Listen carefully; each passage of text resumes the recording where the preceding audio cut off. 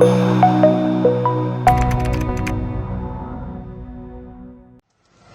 الرجال؟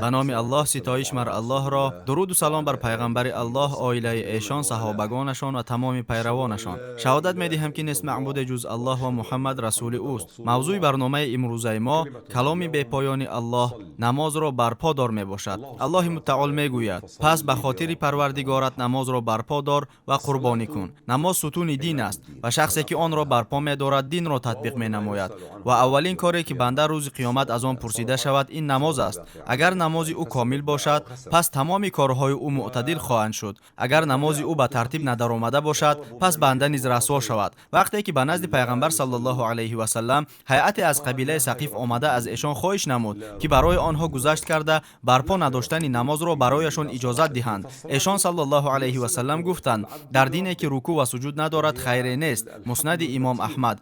یعنی در دینی که نماز ندارد نیکی نیست. همین طور نماز این علاقه بنده با پروردگار خود می باشد. آن بنده مستحکمی می باشد که انسان را با خالقش می پیوندد و او را همیشه در حالت خوب معنوی نگاه می دارد. نماز در پی خود حالت خوب روحی را حاصل می کند، علاوه بر اینکه آن تجسمگر تطبیق فرمانهای الله و ستون دین او اسلام می باشد. نماز مسلمانان را متحد می سازد، خصوصا نماز جماعت که رسول الله صلی الله علیه و سلم به خواندنش ترغیب می کردند. چون این نماز مسلمانان را در مسجد جمع می آورد.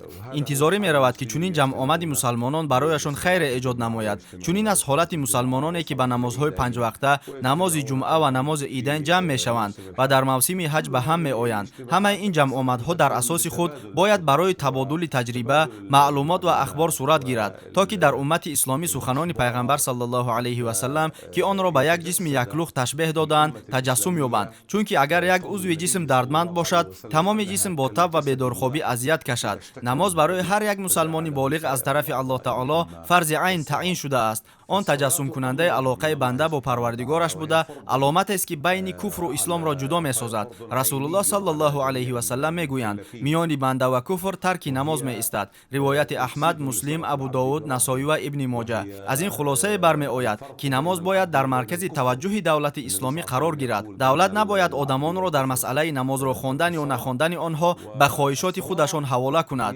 دولت حتما باید نماز را تطبیق نموده نظارت کند که آیا آدمان نماز را برپا میکنند یا نه و دین و عقیده آنها را محافظت نماید. شخصی که نماز نخواندنش پی برده می شود آگاهانیده می شود. از پس او نظارت میکنند، سپس باز آگاهی می دهند. سپس او را تا زمانی که خواندن نماز را شروع نکند در زندان نگاه می دارند. بعضی عالمان چنین می حسابند که او را قتل نمودن ضرور است و اگر در حال بینمازی به قتل رسد احترام جسدش به جا آورده نمی شود. البته اگر او نماز را از جهت انکار آن برپا نکرده باشد آنگاه او کافر است و اگر از جهت تنبلی به جا آورده باشد پس گناهکار است. برای همین مسلمان نباید نماز را ترک کند. اگر امروز ما نظر افکنیم میبینیم که جمعی سرشماری از میان مسلمانان نماز را ترک کردند. تصور کنید که وقتی نمازهای 5 وقته گذشت و او یگان تای آنها را برپا نکرد، او حتی داخل مسجد نگاه هم نمیکند مگر گاه. کجاست تشویش او عاید نمازی که ورود به بهشت را به وی کفالت میدهد؟ امروز مسلمانان گمراه هستند، مثل که گم شده باشند. از این رو موجودیت امام یعنی حاکم ضرور است که آدمان را برای ترک نماز محاسبه میکند. پس از آنکه آنها را سوی نماز و احکام آن هدایت کرده